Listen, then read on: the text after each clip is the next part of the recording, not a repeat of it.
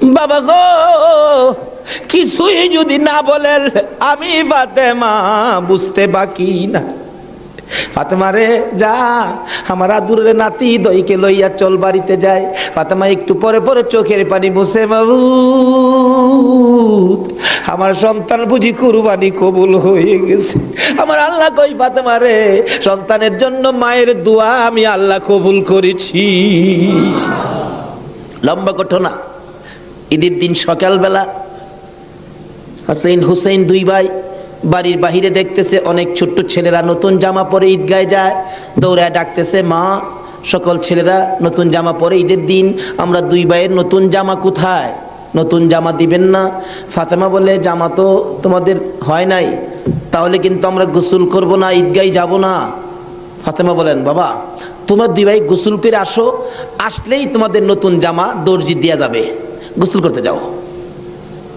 দুইজন গোসল করে আর কয় নতুন জামা, বলে দিয়ে যাবে। মা বলছে, আমরার মা তো জীবনে মিথ্যা কথা কয় না। আরেকজনে কয়, দুই ভাই তো, এক ভাই কয় নতুন জামা পামুনি, আরেকজনে কয় জামা যদি না পায় আমরা মারে কি কমু, গোসল করো, চলো গোসল করে যায় দেখি না পাই কিনা। ফাতেমা গোসলখানায় সন্তান পাঠায়া 2 রাকাত নামাজ পড়ছে। বলুন কি করছে? ফাতেমা 2 রাকাত নামাজ পড়ে হাত বাড়াইছে, মাবুদ আমি তো বলেছি গোসলের পরে জামা পাবে, তারা যদি গোসল করে আইসা জামা না পায় তারা বলবে নবীর মেয়ে হইয়া আমরার মা মিথ্যা কথা কয়, জান্নাতি মহিলাদের সর্দারিনী হইয়া আমাদের মা মিথ্যা কথা কয়। মাবুদ গো আমার ইজ্জত রাইখো, ও মাবুদ আমার ইজ্জত রাইখো, আমার 2টা কলিজার টুকরা সন্তানের জন্য 2টা জামার ব্যবস্থা তুমি আল্লাহ করো।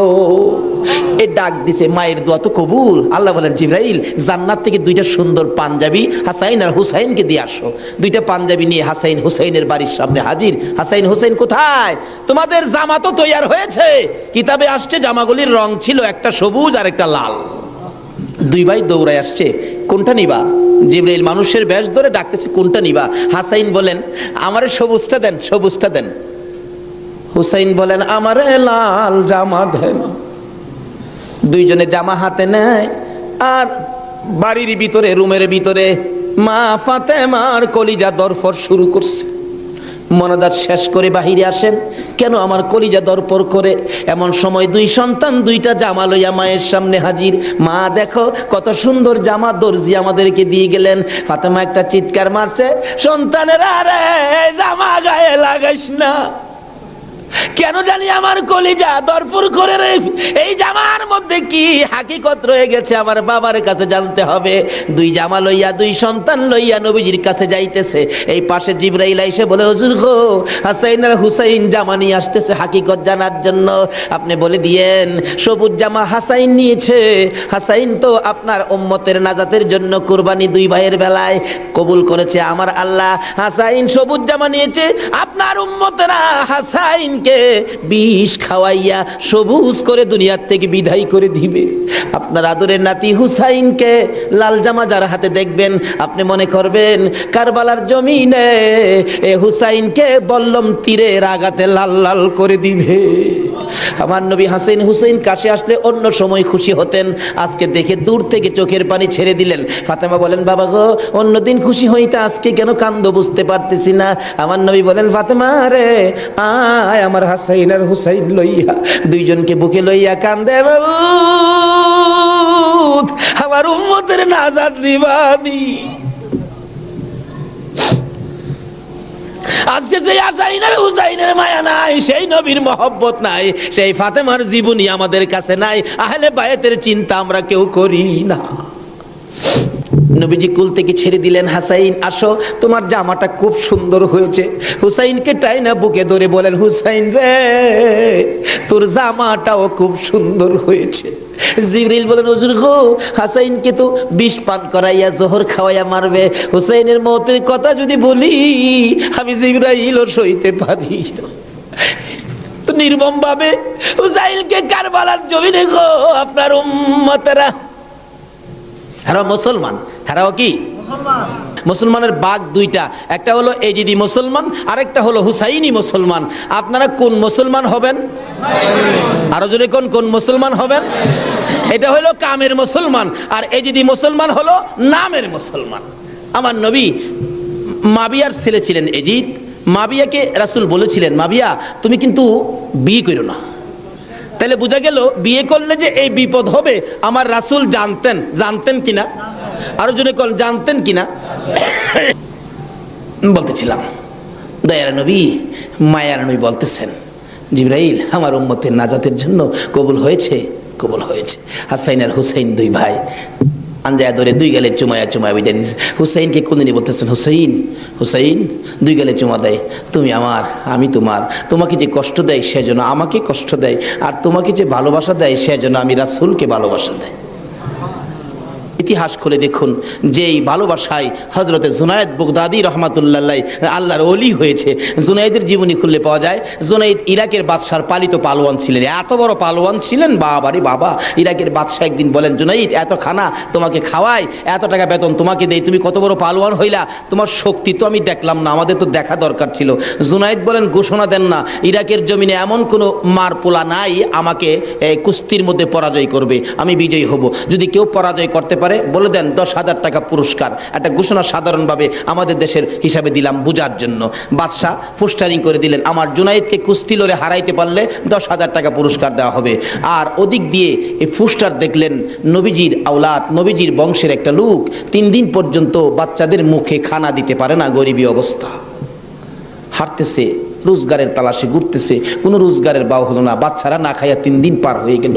ডাকতেছেন, হাইরে পোস্টার দেখা যায় কুস্তি লইরা জিততে পারলে 10,000 পুরস্কার, আর সন্তানকে যখন খানা দিতে পারি না, আর জীবন রাইখা লাভ কি? কুস্তি লইরা জুনায়েদের সাথে জীবনটা দিয়ে ইলাই, এই মুখ আর সন্তানরে দেখাবো না। যা বলতেছে, এখানে অফিসে কে আছে? আমি তো জুনায়েদের সাথে কুস্তি লড়বো, হাতির সাথে মশা। কই জুনায়েদ? আর কই? মানুষে কয়, মিয়া কুস্তি লড়তে আইছো না মরতে আইছো? জুনায়েদরে দেখছো? কয় না দেখি নাই। দেখে আসো। বাবারে বাবা, কি বেটা, এই নাকি জুনায়েদ? আপনি জুনায়েদ? কহ, আমি তো আপনার সাথে কুস্তি লড়তে আইছি। জুনায়েদকে লড়তে আইছো না মরতে আইছো? আচ্ছা যেতা মরা পরে দেখা যাইব, নাম লেখেন। নাম লেখছে। রবিবার দিন মাঠের মধ্যে হাজার হাজার মানুষ জুনায়েদের মতো পালোয়ান কি কুস্তি লড়ে হারাবে? কুস্তি লড়বে, হ্যাঁ জানি কেমন পালোয়ান। মাঠের মধ্যে নামছে, 3 দিন পর্যন্ত খানা নাই, বাচ্চাদের চিন্তা, হাঁটতে পারে না, হাঁটলে পইরা যা। মাঠে গিয়ে নামছে, জুনায়েদ তো নামছে হাতির মতো এক পুরুষ। লেফারি মাঝখানে দাঁড়ায়, কয় কি আইলু রে, কার সাথে কি? দর্শকেরা কয় আমরা কি দেখবো, সময়টাই নষ্ট করলাম, এর সাথে কি খেলবো। এবার দেখা গেল খেলা শুরু হওয়ার আগে লেফারি জিগায়, এদিকে আসেন, আপনি কি লড়তে আইছেন না মরতে আইছেন? কয় আপনি মাতবুরি কম করেন, আপনি লেফারির দায়িত্ব পালন করেন। লড়লে আমি লড়বো, মরলে তো আমি লড়বো, আপনার বাবার কি লো? লেফারি কয় মাপ চাই বাবা, আপনি লড়েন, খুব ভালো করে লড়েন। লড়ার আগে ডাকছে, জুনায়েদ এদিকে আয়, 2টা কথা বলবো, বলো। আমাকে চিনো? জুনায়েদ বলেন, না তো, তোমাকে তো চিনি না। কয় আমি আওলাদে রাসূল। জুনায়েদ, যেই নবী না হইলে রে জগতের কিছু হইতো না। আমি সেই নবীর বংশের লোক, আমি সেই আওলাদে রাসূল। জুনায়েদ রে 3টা দিন পার হয়ে যায়, সন্তানের মুখে খানা দিতে পারি না, অসহ্য হইয়া জীবন দিতে আসছি রে জুনায়েদ। তুই পারবি নি আজকে আওলাদে রাসূলের মুখে হাসি ফুটাইতে, আজকের এই ময়দানে রাসূলের বংশের কাছে পরাজয় বরণ করতে? জুনায়েদ বলেন, ওই লোকটাই আমার সাথে কথা বলে সামনে দাঁড়াইয়া, আমি শুনি পিছন দিয়ে আমার নবী মদিনার থেকে ডাকে, জুনায়েদ রে পারবি নি রে আমি আওলাদে রাসূলের মুখে হাসি ফুটাইতে? এবার জুনায়েদ 2টা চোখের পানি জর্জর করে ছেড়ে দিলেন। লেফারি সাহেব, বাঁশি বাজাও খো, জীবনের খেলা হবে। বাঁশি বাজাইলেন, খেলা শুরু হলো। আওলাদে রাসূল জুনায়েদের গায়ে আঙ্গুলটা লাগাইলে জুনায়েদ চিত হয়ে জমিনে পড়ে গেছে। লোকেরা বলেন মানি না, আবার লাগাও। আবার লাগাইলে, আঙ্গুল লাগাইলে জমিনে পড়ে গেছে। লোকেরা বলেন মানি না, আবার লাগাও, বুঝে আসে না। আমার নবী বলেন, জুনায়েদ রে এই খেলা কিন্তু ফাইনাল খেলা। আমার নবীর ডাকে জুনায়েদ কানটা পেতে শুনে জবাব দেন, ইয়া রাসূলুল্লাহ, জীবন দিবই আপনার ভালোবাসা ছাড়বো না। আওলাদে রাসূলের প্রেম আর ভালোবাসায় জুনাইদ খেলার মাঠে জীবন দিয়ে দিলেন, হাইরা গেলেন। জীবনের সকল মান সম্মান বিলীন করে দিয়ে আওলাদে রাসূলের মান বাড়াইয়া দিলেন। লোকেরা বলেন, জুনাইদ গো, এ বাদশার দরবারে আর যাইও না, মজার খানা আর পাইবা না, মোটা অঙ্কের বেতন তোমাকে আর দেওয়া হবে না, এ বাদশার কাছে আর যাইতে পারবা না। জুনাইদ মাথাটা নিচে দিয়ে দুইটা চোখের পানি ছেড়ে ছেড়ে ডাকে, রে মাঠের ময়দানের লোকেরা, আমি এই বাদশার দরবারে আর যাইতে চাই না, আমি দুজাহানের বাদশার দরবারে রওনা হয়েছি।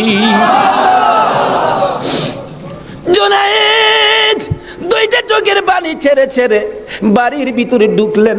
লোকেরা জিগায়, জুনাইদ গো, এইভাবে কেন কান্দো বুঝতে পারতেছি না।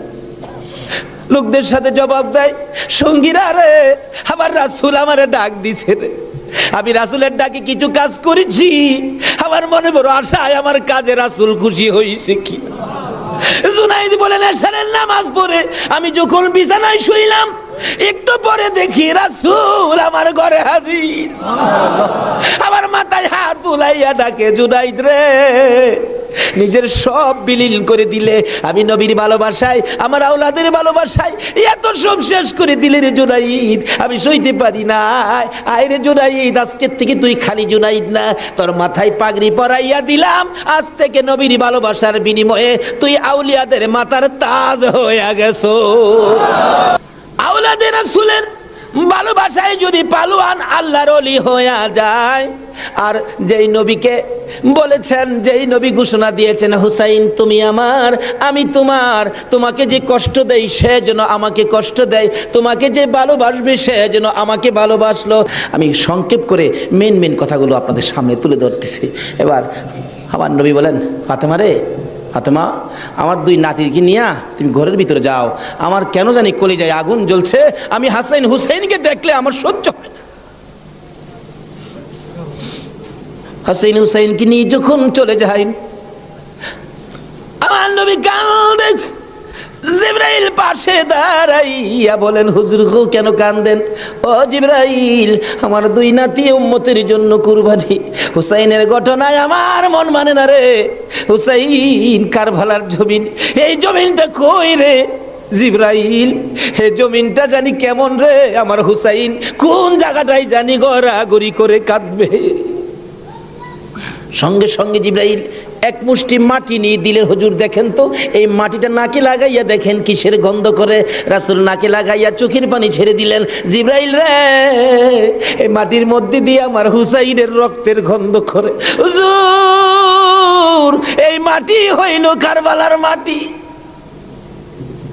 লম্বা ঘটনা, মাটিগুলো নিয়ে ভাবতেছেন কি করব। জিবরাইল বলেন, হুজুর, কারবালা পর্যন্ত যার হায়াত থাকবে তার কাছে মাটিগুলো রেখে দেন, একটা কাচের বয়ামের মধ্যে যেন রেখে দেয়। যেদিন দেখবে মাটি লাল হয়ে গেছে গো, এদিন মনে করব হুসাইন কারবালায় শহীদ হয়ে গেছে। কারবালা পর্যন্ত যার হায়াত থাকবে তার কাছে দেন। আমার নবী কার হায়াত থাকবে জানে কিনা কোন? আমার নবী উম্মে সালমাকে লক্ষ্য করে ডাক দিলেন, উম্মে সালমা রে, আয় আমার পাশে আয়। উম্মে সালমা কাছে আসলে নবীজি দুইটা চোখের পানি ছেড়ে দিলেন। হুজুর ডাইকে আনলেন, কথা বলবেন, কান্দেন কেন? উম্মে সালমা রে, কান্দি রে, কলিজা মানে না, এই মাটিগুলো তোর হাতে দিলাম, রেখে দিও। যেদিন দেখবে এ বোতলের মাটি লাল হয়েছে, এদিন তুমি বুঝে নিবা আমার হুসাইন উম্মতের নাজাতের জন্য কারবালায় শহীদ হয়েছে।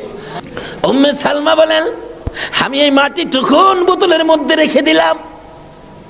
ওদিকে দিয়ে দয়ার নবী, মায়ার নবী দুনিয়ার থেকে বিদায়, চার খলিফা বিদায়, ফাতেমা বিদায়।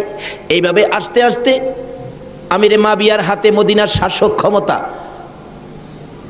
আমিরে মাবিয়া রাষ্ট্রের প্রধান, বুড়া হয়ে গেছে তো এজিদ। রাসূল বলছিলেন, মাবিয়ারে তুই বিয়ে করিস না, কিন্তু মাবিয়ার এমন এক রূপ হইল, লোকেরা পরামর্শ দিল কবিরাজরা বিয়ে করলে ভালো হয়ে যাবে, কিন্তু রাসূল নিষেধ দিছিলেন বিয়ে করিস না। কিন্তু রাসূল তো জানতেন, কি বলেন, জানতেন কিনা, বিয়ে করিস না, কিন্তু বিয়ে করলেন। জন্ম হলো এজিদ, একটু বুড়া হয়েছে বাবা, এজিদ চক্রান্ত করতেছেন, বাবার ক্ষমতাটা আমার নেওয়া দরকার। কিন্তু এজিদ নবীর কথা মতো, নবীর প্রেম, নবীর ভালোবাসা এজিদের কাছে কখনো ছিল না। লোকেরা বলেন না, এইরকম একটা লোকের কথা আমরা মানতে পারি না।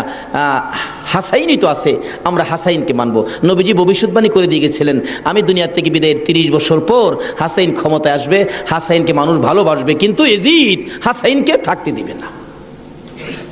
যাই হোক, লম্বা ঘটনা। এজিদ কয় হাসাইনকে কিভাবে শেষ করা যায়, দুইজনই পথের কাটা, একজন হাসাইন একজন হুসাইন, দুইজনকে শেষ করতে পারলেই তো আমার সুবিধাজনক পরিবেশ হয়ে যাবে। কি করব, কি করা যায়? এক কুটনি বুড়িকে এনে বললেন, তুমি কি পারবা হাসাইনকে শেষ করে দিতা? কুটনি বুড়ি কয়, এটা ব্যাপারই না। এমন কিসিমের মহিলা আছে না দেশ, খালি বেজাল লাগাই সংসারে। হাসাইন রাদিয়াল্লাহু তাআলা আনহুর বিবি ছিলেন 4 জন, সকলের ছোট বিবির নাম ছিলেন জায়েদা। জায়েদার হাতে শরবত খাইতেন সবসময়, তার হাতে শরবত খুব সুন্দর হতো আর কি, শরবত খাইতেন। হাসাইন ডাকতেছেন, জায়েদা শরবত দাও। শরবত দিলেন জায়েদা, দেখলো কুটনি বুড়ি জায়েদারে দিয়ে এই কামড়া বানাই দিব। হাসাইন শরবত খায়া চলে গেলেন। বলেন, জায়েদা হাসাইন কি তোমার হাতে সবসময় শরবত খায়? প্রত্যেক দিন আমার খুব ভালোবাসে, আমার হাতে শরবতটা খায়, আর কেউর হাতে খায় না, আমার হাতে শরবত নাকি খুবই ভালো। হ্যাঁ। কুটনি বুড়ি কয়, তোমার তো শরবত খায় কিন্তু তোমাকে ভালোবাসে না। কি বলো? আমি জানি ভালোবাসে। কই, তুমি জানলে কি হবে, আমরা দূরের থেকে যা দেখি তোমারে সবচেয়ে কম ভালোবাসে। একটা কাম করো, মেয়েরা কিন্তু খুব সরল মানুষ, সহজে বুঝ মাইনা যায়। একটা কাজ করো, কি, আমি বিষ দিয়া যামু, বিষ খাওয়াইয়া হাসাইনকে মাইরা দাও, এজিদ হবে এদেশের প্রেসিডেন্ট বাদশাহ, আর তুমি হবে রানী। সহজে বুঝ মানলেন, সরল মানুষ তো। বিষ দিলেন, শরবতের সাথে দিয়ে খাওয়াইলে হাসাইন পিপাসিত ক্লান্ত, জায়েদা শরবত দাও। শরবতের সাথে বিষ দিলেন, খাইলেন। খাওয়ার পরে বলতেছে, জায়েদা আজকে শরবতটা যেন কেমন কেমন লাগে, কি যেন গন্ধ করতেছে। জায়েদা বলেন, না তো কিচ্ছুই না, কিন্তু দেখা গেল কিছুক্ষণ পর হাত পাগুলি অবশ্যই আসতেছে, সমস্ত চেহারা লীল হয়ে গেছে, খালি জিহ্বাটা নড়তেছে, 2টা চোখের পানি ছেড়ে দিছে। জায়েদা বুঝিছি, আজকে বুঝি নানার উম্মতের নাজাতের জন্য মায়ের দোয়া বুঝি আজকে কবুল হয়ে যাবে। জায়েদা রে, না না তোরে কিছু বলবো না, আমার ভাই হুসাইন কই? হুসাইনকে ডেকে ডেকে আমার পাশে আনো। হুসাইন খবর পাইয়া দৌড়াই আইসা দেখে বড় ভাইয়ের সমস্ত চেহারা সবুজ হয়ে গেছে। একটা চিৎকার মারছে, মা মা গো, তোমার দোয়া বুঝি আজকে কবুল হয়ে যায়। দৌড়ে যাইয়া হাসাইনের গলায় ধরছে, ভাই রে ভাই, কে তোমার এই অবস্থা করেছে? আমি হুসাইন তার প্রতিশোধ নিব। হাসাইন টাইনা টাইনা গলায় ধরে 2 গালে চুমাইতেছে, ছোট ভাই তো, ভাইরে প্রতিশোধ নিস না, নানার উম্মতের জন্য মায়ের দোয়া কবুল হয়ে গেছে। হাসাইন একটা কথা তোরে বলে যায়, কিছুদিন পর তোর উপরও বিপদ আসবে রে, আমার মায়ের দোয়া তোর বেলায় তো কবুল হয়েছে। হাসাইন যেদিন বিপদে আসবে রে, কেউ তো তোর পাশে আসবে না রে হুসাইন। এদিন আমি তো ভাই কাছে থাকতাম, আমিও তো দুনিয়ায় থাকতেছি না। হুসাইন রে, বেশি বিপদে পড়ে যখন কলিজার মধ্যে অশান্তি লাগবে, দুনিয়ার কাউরে ডাকিস না, নানা নানা কইয়া ডাকিস, কলিজায় শান্তি পাবে। হাসাইন দুনিয়ার থেকে বিদায়। এজিদ চক্রান্ত করে হুসাইনকে কিভাবে মারা যায়, হাসাইনকে মদিনায় ফালাইয়া, হুসাইনকে তো মদিনায় মারা যাবে না, চক্রান্ত করে ইবনে জিয়াদকে ডাক দিলেন। কুফা নগরীর গভর্নর, তুমি একটা কাজ করো, আমি ডাকলে তো আসবে না, কুফা নগরীর মানুষ দিয়া তুমি ডাইকা নিয়ে আসো হুসাইনকে কুফায়। কুফায় আনার পর হুসাইনকে আমরা শেষ করে দিব, আর আমাদের পথের কাটা থাকবে না। ইবনে জিয়াদ বলেন, কথা তো রাইট, চিঠি পাঠাও। চিঠি পাঠাইতে পাঠাইতে 40,000 চিঠি মদিনায় পাঠাইছে। হুসাইন চিঠি দেখে মুরব্বীদের কি বলতেছেন, চিঠি আসছে কুফায় যাইতে, যাবো কিনা বলেন। মুরব্বীরা চিঠি দেখে বলেন, হুসাইন রে, কুফার চিঠির রং ভালো দেখা যায়, কুফার তরবারির ব্যবহার ভালো হবে না। হুসাইন, আমরা অন্তত পক্ষে তোমাকে যেতে দিব না, হাসাইনের ব্যথাই তো আমরা বলতে পারি না, তোমাকে যেতে দিব না। 40,000 চিঠি, বলুন কয় হাজার চিঠি? মুরব্বীরা বলে, এত চিঠি আছে, দাঁড়াও দেখি একটু পরামর্শ করে।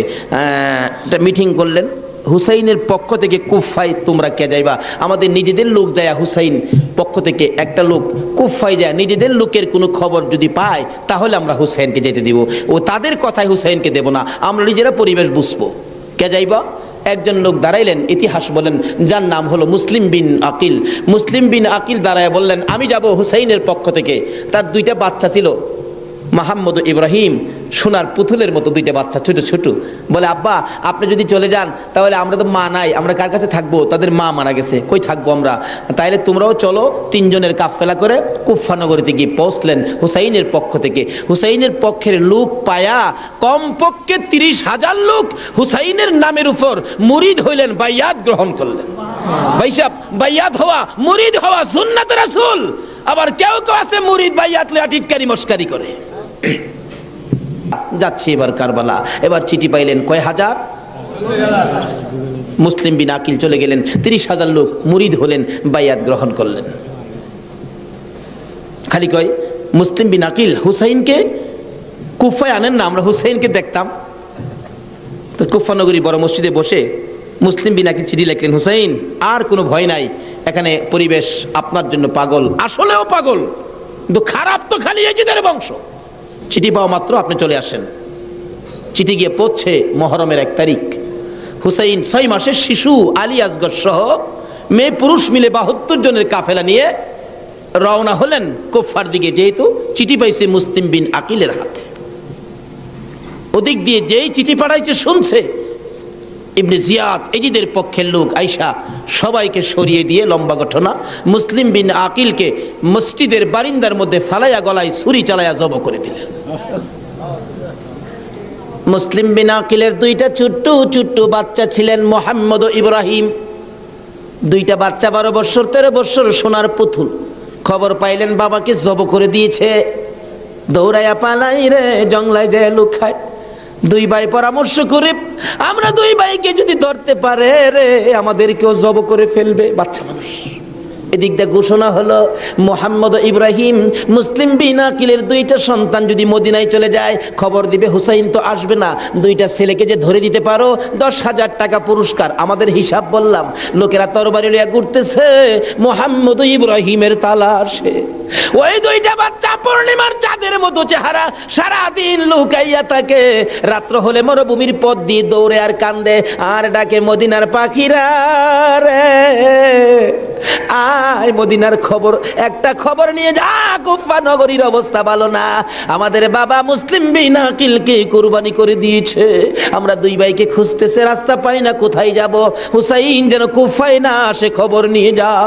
এভাবে 1 দিন 1 রাত, 2 দিন 2 রাত, 3 দিন পার হইয়া 3 রাত্রের বেলা 2টা ভাই একটা খেজুরের বাগানের মধ্যে বসেছিল। রাত্রে দৌড়াবে, মদিনায় যাবে, কিন্তু পেটের খিদা, পানির পিপাসা, আর হাঁটতে পারে না। ছোট ভাইটা বড় ভাইয়ের গলায় ধরে কাঁদতেছে, ভাই কলিজা শুকাইয়া গেছে রে, একটা কাজ সামনে যাইতে পারবো না। 2জন গলাগুলি করে খেজুরের বাগানের মাঝখানে ঘুমিয়ে গেছে। এই খেজুরের বাগানের মালিকের নাম ছিল হারেস। হারেস নিজে ও তরবারি লইয়া ঘুরতেছে। সকালবেলা হারেসের বিবি যাই বাগান দেখবে, যাইয়া দেখে বাগানের মাঝখানে সাপ বিচ্ছুর ভয় থাকে, কিন্তু এই ভয়ের মাঝখানে 2টা পূর্ণিমার চাঁদের মতো সন্তান ঘুমাইয়া রইছে। আস্তে আস্তে কাছে যাইয়া ছোট্ট ভাইটার মাথায় হাত দিলে চোখ খুলে দেখি কুফার মহিলা। চিৎকার মারছে, ভাই গো আর ঘুমাইস না, কুফাবাসী আমরার খবর পেয়ে ফেলছে, মদিনায় বুঝি আর যাওয়া হবে না। তুমি আমার মা লাগো, আমার মা নাই, বাবা নাই, আমরা মদিনার সন্তান, আমরা মদিনার আওলাদ, কুফাবাসীর কাছে আমাদের খবর দিও না। মহিলাটা বলতেছেন, মহিলাদের মায়া বেশি, আয় বাবা তোমাদের তালাশে, আমার স্বামীও ঘুরতেছে, এখানে থাকলে কেউ না কেউ তোমাদেরকে দেখে ফেলবে, আসো আমার বাড়িতে নিয়ে লুকাইয়া রাখি, সন্ধ্যা হলে আমি নিজে মদিনায় লইয়া যাইব। মা বোনেরা, এমন একটা ভালোবাসা দাও না গো এই মহরমের চাঁদে। সন্ধ্যা হইবার আগে বাচ্চা 2টা রান্না করে রাখছিল। ছোট্ট ভাইটা ঘুম থেকে উঠে বসে বসে কান্দে, মা মা কইয়া। বড় ভাইটা ঘুম থেকে উঠে ডাকে, কান্দিস না রে, কান্দার আওয়াজ শুনলে আমাদের জীবন থাকবে না। এমন সময় হারেস দৌড়াই আসছে ঘরের মধ্যে খানা খাওয়ার জন্য। খানা খাইতে বসে ডাকতেছে, বিবি গো জলদি করে খানা দে, কে জানি পুরস্কারের বাগি হইয়া যায়। এমন সময় রান্না করে কান্দার আওয়াজ শুনলে ডাকতেছে, বিবি রান্না করে কে কান্দে? বিবি বলেন, তোমার ঘরে নয়, অন্য ঘরে কান্দে। বিবি রে, আমার ঘরে কান্দার আওয়াজ শোনা যায়। বিবি মিথ্যা কথা কোস, আমার ঘরে কান্দা। বিবি বলেন তোমার ঘরে নয়, কুফাবাসীর সন্তানেরা কান্দে। হারেস বলেন বিবি রে, কুফাবাসীর কান্দা এত সুন্দর না। বাসন ধাক্কা দিয়ে সরাইয়া তরবারিটা লইয়া ওইটা দাঁড়াইলে বিবি পিছন দিয়ে আঞ্জায় ধরেছে, স্বামী আর সামনে যাও না, হে মদিনার ময়নাদের গলায় ছুরি দিও না।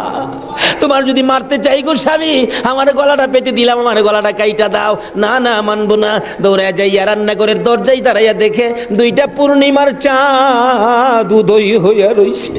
তরবারিটা দেখে ছোট্ট ভাইটা চিৎকার মারছে, বাবা গো খইয়া। বড় ভাইটা কান্দে, কান্দিস না, আমার বাবা গেল যেইভাবে রে আমরাও যাইব সেইভাবে। এইভাবে যারা জীবন দিয়েছে সেটাই হলো আমার আল্লাহর রাস্তা। দুই ভাইকে ধরে মুরগির বাচ্চার মতো শেষরাইয়া বাহির করে যাইতে যাইতে যাইতে যাইতে একটু পরে পরে ছোট্ট ভাইটা জিগায়, হারেস রে আমরা মেরে ফেলবে রে, মারিস নাই, আমরার মা নাই, আমরার বাবা নাই। আকাশের দিকে তাকাইয়া ডাকে, আরে আকাশের পাখিরা রে, আয় একটা খবর নিয়া হুসাইনের কাছে পৌঁছে দে, হুসাইন যেন কুফায় না আসে। রওনা হলেন, যাইতে যাইতে সন্ধ্যা হয়ে যায়। পুরাত নদীর কিনার দিয়ে যাচ্ছে। হারেস ভাবতেছে, দুইটা সন্তান, দুইটা ছেলে জীবিত যদি নিয়ে যায়, আমার চেয়ে শক্তিশালী কেউ আয়সা যদি আমার কাছ থেকে নিয়ে যায়, পুরস্কার আমি পাবো না, বরঞ্চ জব করে দুইটা মাথা খালি নিলেই তো হয়। দুইটা ভাইকে জব করার জন্য প্রস্তুতি নিলে ছুরির দিকে তাকাইয়া তাকাইয়া বাচ্চারা কান্দে। ছোট্ট ভাইটাকে জমিনে শোয়াইছে, গলাটা কাটবে, লাফ মেরে উইটা গেছে। বড় ভাইটাকে শোয়াইছে, উইটা গেছে। আবার জোর করে জমিনে শোয়াইয়া ছোট্ট ভাইটাকে বুকের উপর পাড়া দিয়া ধরছে, মাথার মধ্যে চাপা দিয়ে ধরে গলাটাই ছুরি চালাবে, ছুরির নিচে তাইকা কানতেছে, হুসাইন আইসো না গো, কারবালায় আইসো না, এই কুফা নগরীতে আইসো না, কুফার মানুষের তরবারির ব্যবস্থা ভালো না। গলা কেটে দিলেন বড় ভাইটারে, গলা কেটে দুইটা ভাইকে দুই দিকে ধাক্কাইয়া পুরাত নদীতে ফেলে দিলেন, মাথা ছাড়া বডিখানি ফেলে দিয়ে মাথা রুমালের প্যাকেট করে রওনা হলে শুনে পিছন দিয়ে আবার ডাকতেছে, হারেস রে আমরা দুই ভাইয়ের মারিস না। হারেস বলেন মাথা কেটে নিয়ে আসলাম। আবার ডাকে কে? পিছনে যাইয়া দেখে দুই দিকে দুইটা বডি লাশ ছিল। দুইটা ভাই আবার একসাথে হইয়া এক ভাই আর এক ভাইয়ের আনজাইয়া ধরে রাখছে। আমার আল্লাহ বলেছে, আমার রাস্তায় যারা জীবন দেয় রে তারা মরে না, তারা মরে না রে, তারা জীবিত। এই দুই ভাই প্রমাণ করে দিলেন তারা জীবিত। ওদিকে যায় না, ওদিক দিয়ে যাইতেছে, এই ঈদের দরবারে পুরস্কার আনবে। এদিক দিয়া ইমাম হুসাইন 72 জনের কাফেলা লইয়া গো আস্তে আস্তে কারবালার জমিনে এসে পৌঁছে সন্ধ্যা হয়ে যায়। রাস্তা চিনে না। হুসাইন বলেন তাবু গাড়ো, সকালবেলা কুফার দিকে রওনা হব। তাবু গাড়তে গেলে জমিনে কূপ দেয়, মাটির থেকে রক্ত বাহির হয়। গাছের ডালে আঘাত করে, গাছের ডাল থেকে রক্ত বাহির হয়। সঙ্গীরা বলেন হুসাইন ব্যাপারটা বুঝতে পারতেছি না। হুসাইন বলেন রাখো রাখো, এখানে কি কাউরে পাই কিনা জিজ্ঞেস করলেন, এই জায়গাটার নাম কি? একজন লোক বলেন আপনারা কোত্থেকে আসছেন? আমরা মদিনার থেকে আসছি। এই জায়গাটার নাম কি? জায়গাটার নাম কারবুলা। হুসাইন একটা চিৎকার মারছে, সঙ্গীরা রে তাবু গাড়ো। আমার নানা বলেছে রে, নানার উম্মতের জন্য আমি হুসাইন কারবালাই নাকি শহীদ হব। মুহররমের 7 তারিখ তাবু গাড়লেন। সন্ধ্যা হইলে তাবু গাড়লে রাত্র শেষ হওয়ার আগে 4000 এডিশন নিরস্ত্র মুসলমানের চারপাশে ঘেরাও করেছে। আজকে সেই নিরস্ত্র মুসলমানের উপর ইরাকের জমিনে বলুন তো আক্রমণ হচ্ছে কিনা? সকালবেলা ডাকে হুসাইন যুদ্ধ করো। হুসাইন বলেন আমি তো যুদ্ধ করতে আসি নাই, বেড়াইতে আসছি। যেতে দেখো চিঠি পাই আসছি বেড়াইতে, কোনো কথা মানবো না, যুদ্ধ করো। একদিন 2 দিন 3 দিন পার হইয়া মুহররমের 9 তারিখ দিবাগত 10 তারিখের রাত্রে শেষ চিন্তাধারা।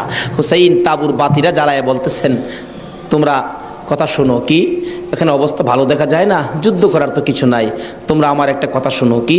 বাতিটা নিবাই দিলেন। নিবাই দিয়া বলতেছেন, যে যেদিক দিয়া পারো কারবালা ছাইরা তোমার নিজেদের জান বাঁচাও, কিন্তু হুসাইন কারবালায় শহীদ নানার উম্মতের নাজাতের জন্য। সারা রাত কান্নাকাটি। পারবা?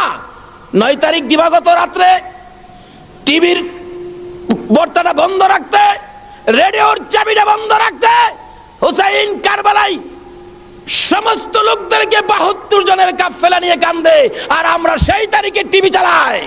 কিসের মহব্বত আর কিসের মায়া আর কিসের নামাজ তুমি পড়েছো?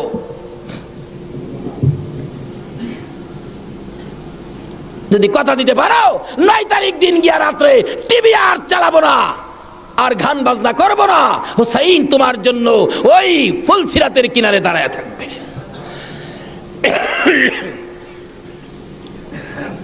সকাল হয়ে যায়, ফজর আজান দিলে নামাজ পড়ে, নামাজ পড়লেন।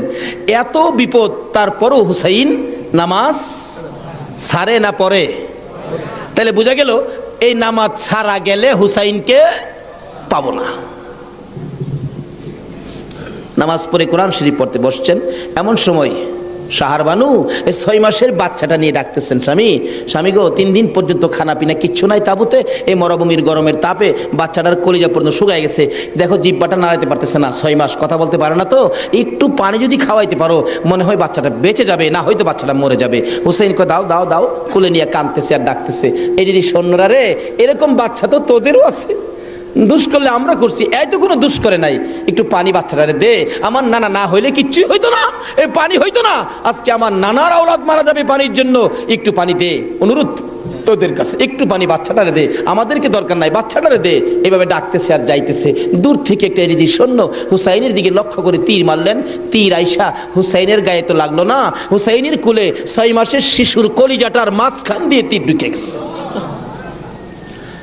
আলী আসগর বাবার মুখের দিকে তাকাইয়া জিহ্বাটা বাহির করে দিছে, 2টা চোখ উল্টাইয়া চোখের পানি ছেড়ে ছেড়ে বুঝাইতেছে, বাবা গো মায়ের কাছে বলে দিও আর জীবনে পানি চাইতাম না। হুসাইন বলেন টান দিয়ে তীরটা যখন খুলে ফেললাম, তীরের আগার মধ্যে আমার বাবার কলিজা ছিঁড়া আইসা পড়ছে। মৃত শিশু কুলে লইয়া তাবুর পাশে যাইয়া লম্বা ঘটনা ডাকতেছে, ও শাহরবানু কোথায়? কেন? এই যে নাও তোমার ছেলেরে পানি খাওয়াইছি, বেরিয়ে দেখে মা দুকিনি বাবার জিহ্বা বাহির হইয়া রইছে, চোখ 2টা উল্টা লইছে, বুকের মধ্যে রক্ত দেখা যায়, চিৎকার মারছে, মাবুদ আমার বাবা কোন পানি খাইছে গো? এই জমিনে যে নবীর জন্য সব বানাইছো সেই নবীর উম্মত পানি পায় না, তীর খায়া মরে আর কলিজা মানে না। এইভাবে কাঁদতেছিলেন। মুহররমের 10 তারিখ সকালবেলা আলী আকবর 18 বছরের পালোয়ান দৌড়াই আসছেন। মা কেন কান্দো? দেখাইলেন দেখো তোমার 6 মাসের ছোট্ট ভাইয়ের অবস্থা। আলী আকবর দেখে আর সহ্য করতে পারে না, রক্ত হাতে নিয়ে বলতেছেন, মাবুদ গো এ রক্ত ছুঁয়ে কসম খাইলাম এই যদি সৈন্যরে ছাড়বো না। যুদ্ধ শুরু হয়ে যায় মুহররমের 10 তারিখ। আলী আকবর যুদ্ধ করতে করতে পিপাসিত ক্লান্ত হইয়া তাবুতে ফিরে এসে ডাকতেছেন, মা মা 1 গ্লাস পানি যদি খাওয়াইতে পারো কথা দিলাম সমস্ত কারবালার সৈন্য এই দিদি সৈন্য ওদেরকে আমি খতম করে ফেলবো। মা চোখের পানি ছেড়ে ছেড়ে বলেন, আলী আকবর রে পানি যদি থাকতো তোর ভাই কি তীর খায়া মরতো? নাই রে বাবা, পানি নাই, পানি নাই। মায়ের পায়ে সালাম করলেন আর চোখের পানি ছেড়ে দিলেন। মা মা গো বিদায় দাও গো, দেখা হবে হাসরের ময়দানে। যাইতে যাইতে যাইতে যাইতে একটু যাই আবার ফিরে ফিরে চাই, মা বিদায় দাও, দেখা হবে হাসরের ময়দানে। মা 2টা হাত বাড়ায়া ডাকে, আর ফিরে ফিরে চাইস না রে বাবা, আর ফিরে চাইস না, সহ্য হয় না। যুদ্ধ করতে করতে আলী আকবর শহীদ। এইভাবে পুরুষ যারা ছিল সব শহীদ, শুধুমাত্র বাকি জয়নাল আবদিন বিমারি আর ইমাম হুসাইন। হুসাইন তরবারিটা নিয়ে পোশাক পরে তৈয়ার হলেন। জয়নাল আবদিন দাঁড়াইতে পারে না, পড়ে যায়, তারপরেও ডাকে, হুসাইন গো তুমি যাইও না, আমি জয়নাল যাব। বিমারি উঠতে পারে না, তবু হুসাইনের পক্ষে যাইতে চায়, আর আমরা শক্তিশালী হইয়াও হুসাইনের পক্ষে যাইতে চায় না। এবার বলতেছেন, জয়নাল রে তুমি যাইও না, তুমি যদি যুদ্ধের ময়দানে শহীদ হয়ে যাও নবীর বংশের বাতি টুকুন কে জ্বালাবে। হুসাইন যুদ্ধে চলে যায়। লম্বা ঘটনা সংক্ষেপ করে দিলাম। মুহররমের 10 তারিখ যুদ্ধ করতে করতে তীরের আঘাত বল্লমের আঘাত লাগে আর রক্ত জর্জর করে পড়ে, রক্তে জামা ভিজে যায়, গোড়ার পিঠ পর্যন্ত লাল হয়ে যায়। আরে সমস্ত শরীর থেকে রক্ত ঝরে ঝরে দুর্বল হয়ে যায়, পানির পিপাসিত ক্লান্ত হইয়া গোড়ার থেকে নেমে যায়, পুরাত নদীর পুনার কিনারে যাইয়া একটু পানি হাতে নেয় খাওয়ার জন্য, হাতে নেয় পানি, হয়ে যায় রক্ত। হুসাইন কান্দে, মাবুদ গো, আমার নানা না হইলে কিছু হইতো না, আমার নানা না হইলে জগতের কিছু হতো না, পানিও হতো না।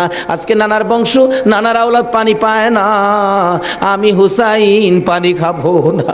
এবার দৌড়া যাইয়া আবার চাইলেন ঘোড়ার উপরে উঠবো, যুদ্ধ করবে। হুসাইন ঘোড়ার উপরে উঠতে চায়, শরীর দুর্বল, ঘোড়ার উপরে উঠতে পারে না, বারবার চেষ্টা করে উঠতে পারে না। অবশেষে ঘোড়ার উপরে পিঠটার মধ্যে হাতটা দিয়ে মাথাটা ফালাইয়া কাঁদতেছে, বাবু আমার নানার উম্মতের জন্য মায়ের দোয়া বুঝি কবুল হয়ে গেছে। বহু চেষ্টা করলেন, ঘোড়ার পিঠের উপরে আর উঠতে পারে না। দৌড়া এসে সীমার ধাক্কা দিয়ে জমিনে ফালাইয়া বুকের উপর চড়ে বসছে। হুসাইন বলেন, সীমার রে, আমার নানা বলেছে রে কারবালায় শহীদ হব, আমার নানার উম্মতের মুক্তি পাবো। সীমার, আজকে জুমার দিন আমারে 2 রাকাত জুমার নামাজ পড়ার সুযোগ দে। ও নবীর উম্মতেরা, নবীর আশেকেরা, হুসাইনের আশেকেরা গো, এই 2 রাকাত নামাজ, জুমার নামাজ ছাইরো না, আমার নবীর শাফায়াত নসিব হবে না। রক্তে লাল হইয়া যদি হুসাইন 2 রাকাত জুমার নামাজ পড়তে পারে গো, আজকাল থেকে কথা দিতে হবে, জীবনে কোনো দিন জুমার নামাজ ছাড়তে পারবা না। জুমার নামাজ আদায় করতে সময়টুকুন দিলে নামাজ শুরু করে দিলেন। রুকু সিজদার কাজ শেষ করে তাশাহুদে বসে সালাম ফিরানের আগ পর্যন্ত কাছাকাছি বসে বসে এই যদি সৈন্যরা নামাজের ভিতরে প্রত্যক্ষদর্শীরা বলেন, এক একটা করে তীর মারে হুসাইনের গায়ে। ডান দিক দিয়ে যদি তীরটা মারতো, বাম দিক দিয়া বেরিয়ে যাইতো, সামনে দিয়া মারলে পিছন দিয়া বেরিয়ে যায়, এই কিসিমের তীর গো। নামাজের ভিতরে 72টা তীর লাগাইছে। হুসাইন সালামটা ফিরাইয়া নানা গো কইয়া কালতে কালতে জমিনে গড়াগড়ি শুরু করে দিলে।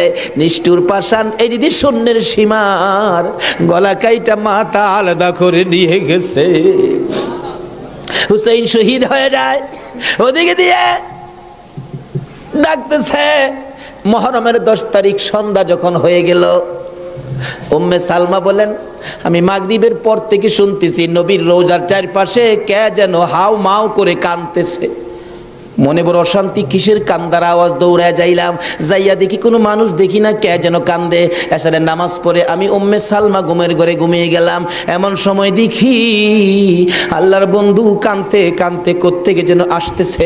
কাছাকাছি আসার পরে দেখি আবার রাসূলের গায়ে রক্ত মাখা মাটি দেখা যায়। উম্মে সালমা বলেন, হুজুর কেন কান্দেন রক্ত মাখা মাটি শরীরে লইয়া? আমার নবী বলেন, উম্মে সালমা রে, বোতলের মাটির দিকে তাকাইয়া দেখ, বোতলের মাটির অবস্থাগুলো দেখ। উম্মে সালমা বলেন, তাকাইয়া দেখি বোতলের মাটি লাল হয়ে গেছে। আবার রাসূল বলেন, উম্মে সালমা রে, আমার হুসাইন কারবালায় নাই রে, কারবালায় না।